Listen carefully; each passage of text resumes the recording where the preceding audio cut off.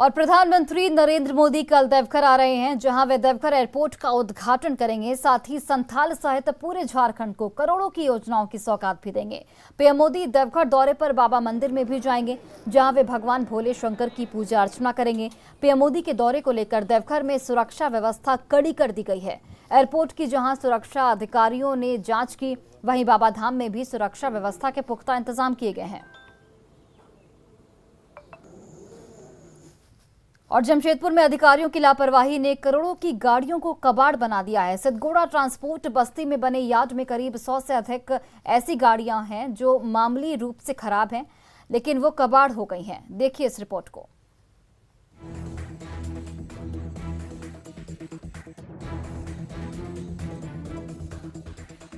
Public के पैसे का अधिकारी कैसे बंदरबांट करते हैं, करोड़ों की संपत्ति को कबाड़ कैसे बनाया जाता है, इसका जीता जागता नमूना है जमशेदपुर के सिद्धगोड़ा ट्रांसपोर्ट बस्ती में कतार में खड़ी ये गाड़ियां,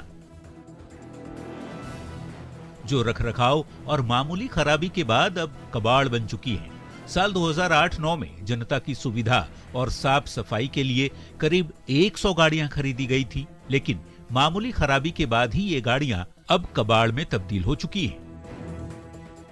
मैं आपको दिखाता हूं कि किस तरह आप देख सकते हैं कि जेनेसी के द्वारा इस जगह पे लाखों करोड़ों की लागत से यहाँ पर गाड़ियाँ खरीदी गई है साफ सफाई के लिए, लेकिन एक मामूली सी खराबी के कारण इस जगह पर गाड़ियाँ छोड़ दी जाती है। क्लच प्लेट की खराबी हो या फिर ग्रेसिंग जैसी गाड़ी में मरम्मत की जरूरत हो, कई छोटी छोटी खामियां को लेकर यहाँ पर गाड़ियाँ यहाँ पर छोड़ दी जाती है।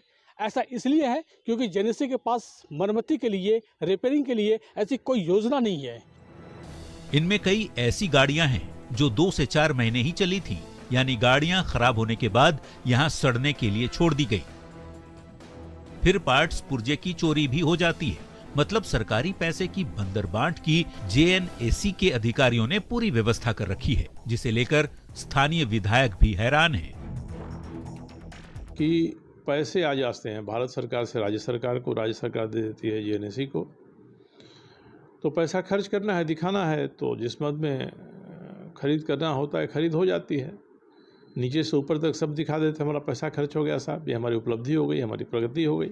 कबाड़ बनी इन गाड़ियों में 50 से अधिक बसें भी हैं, जिन्हें 2008 में झारखंड सरकार ने खरीदकर परिवहन विभाग को सौंपा था। बसों की मरम्मत के लिए जमशेदपुर अक्षेस को 50 लाख रुपए भी दिए गए थे, लेकिन सब अधिकारियों की जेब में चली गई। ट्रांसपोर्ट कंपनी से जुड़े लोग भी मानते हैं इस योजना में ऊपर से नीचे तक मिली भगत कर भारी लूट की गई है।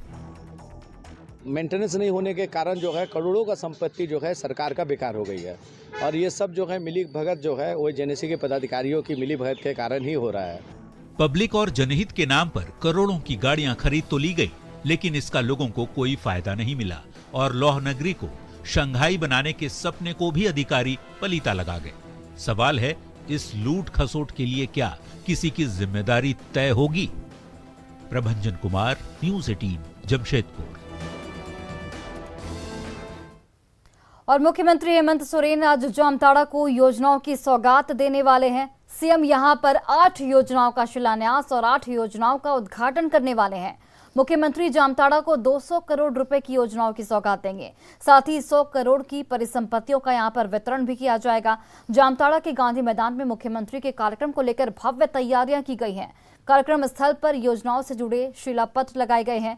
जामताड़ा के गांधी मैदान से ज्यादा जानकारी दे रहे हैं हमारे सहयोगी संजय कुमार सिन्हा।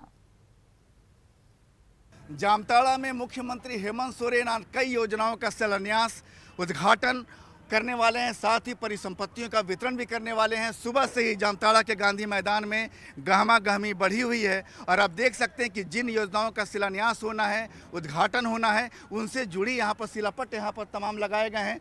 शिलापट पर विस्तार से जानकारी दी गई है कि किस विभाग से जुड़ी योजना है, कितनी राशि खर्च होगी, तमाम चीज़ों की जानकारी शिलापट पर है। यहाँ पर जो विभाग हैं, विभाग से जुड़े स्टॉल लगाए गए हैं, जिन जिन योजना जो है उस योजनाओं से जुड़ी जानकारी स्टॉल में दी गई है। और जामताड़ा के गांधी मैदान में यहाँ पर देख रहे हैं कि आयोजन जिस तरीके से रखा गया है, बिल्कुल देख कर लग रहा है कि चूंकि मुख्यमंत्री हेमंत सोरेन विधानसभा चुनाव के बाद पहली बार जामताड़ा आ रहे हैं, लिहाजा लोगों में उत्साह भी है और कार्यक्रम को भव्य भी बनाने की कोशिश है।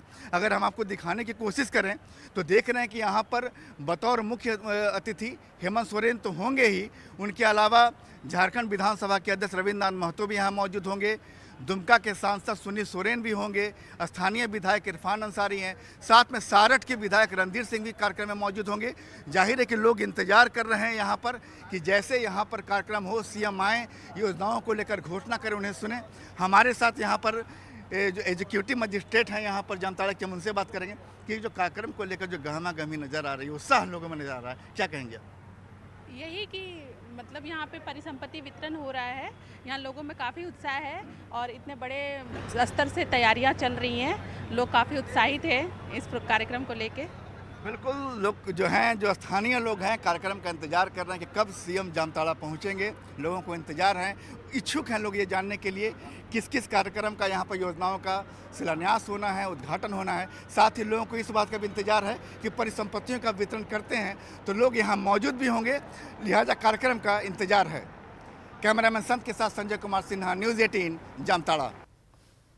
और देखिए, कटिहार जिले में बाढ़ की आशंका को देखते हुए लोगों ने निजी स्तर पर नाव का निर्माण कार्य शुरू कर दिया है। गंगा नदी के पास स्थित अहमदाबाद प्रखंड में लोग बाढ़ से निपटने के लिए नाव का निर्माण तेजी से कर रहे हैं, जिससे बाढ़ के दौरान आवाजाही में परेशानी न हो।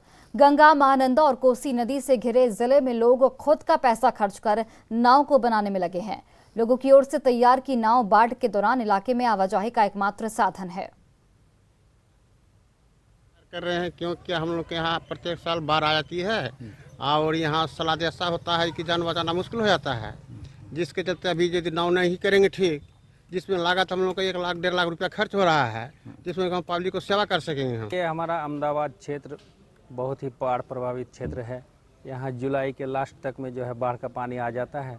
इसके लिए जो है जनता बहुत ही परेशान है और इसके पूर्व तैयारी के लिए जो है अभी नाव की तैयारी की जा रही है, नाव का गठन किया जा रहा है, बनाया जा रहा है, जिससे आने वाले समय में जो बाढ़ विकराल रूप धारण करती है उससे जो है लोगों को परेशानी से बचने के लिए एकमात्र जीविका है नाव। आवागमन इसी नाव के द्वारा होता है। और बड़ी खबर आपको मधेपुरा से बताते चले, जहां पर 12 लाख रुपए की लूट की वारदात सामने आई है। निजी फाइनेंस कंपनी के कर्मी से लूट की गई है। एसबीआई बैंक के पास इस वारदात को अंजाम दिया गया। बैंक में पैसा जमा करने जा रहा था कर्मी और उसी वक्त इस लूट की घटना हो गई। पुलिस फिलहाल मामले की छानबीन में जुटी है। तो बड़ी खबर आपको मधेपुरा से बता रहे हैं। और इस खबर पर ज्यादा जानकारी के साथ तुरबसु हमारे सहयोगी फोन लाइन पर जुड़ गए हैं। तुरबसु, क्या कुछ अपडेट, पुलिस की कार्रवाई कहां तक पहुंची है, कितने की संख्या में अपराधी थे? जी, जो अभी सीसीटीवी फुटेज को देखा जा रहा है पुलिस के द्वारा, तो एकदम बीच बाजार में जो एसबीआई का व्यस्तम रोड है उस सड़क में ये घटना घटी है और बस बैंक से 200 मीटर पहले ये घटना घटी है, जहां पे हेलमेट पहनकर एक बाइक पर 2 सवार अपराधी थे जो ये फाइनेंस कर्मी थे उसको धक्का मार के गिरा दिए और लोग समझे जो कोई एक्सीडेंट हुआ है और इजीली जो है उसका बैग जो है पैसा भरा हुआ बैग लेके वो यहाँ से निकल गए। तो इस तरीके से जैसे ही घटना हुई है तो पुलिस को भी सूचना दिया गया है, पुलिस मौके पर पहुंची है और आसपास के सीसीटीवी फुटेज को खंगाला जा रहा है। चलिए तुरबसु, बहुत बहुत धन्यवाद तमाम जानकारियों के लिए।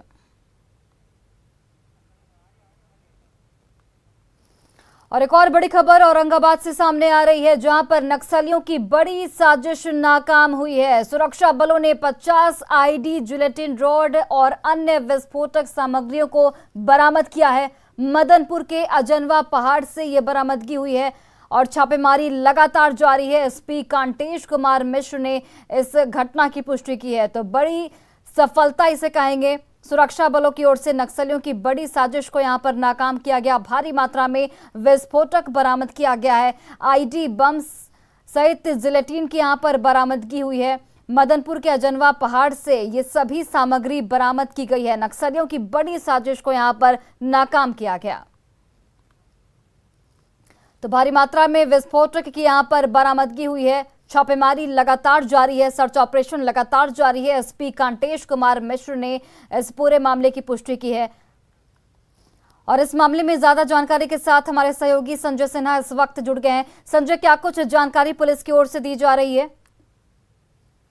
एसपी कांटेश कुमार मिश्र से बात हुई है। उन्होंने जो जानकारी दी उसके मुताबिक लगभग 50 आईईडी बम हैं।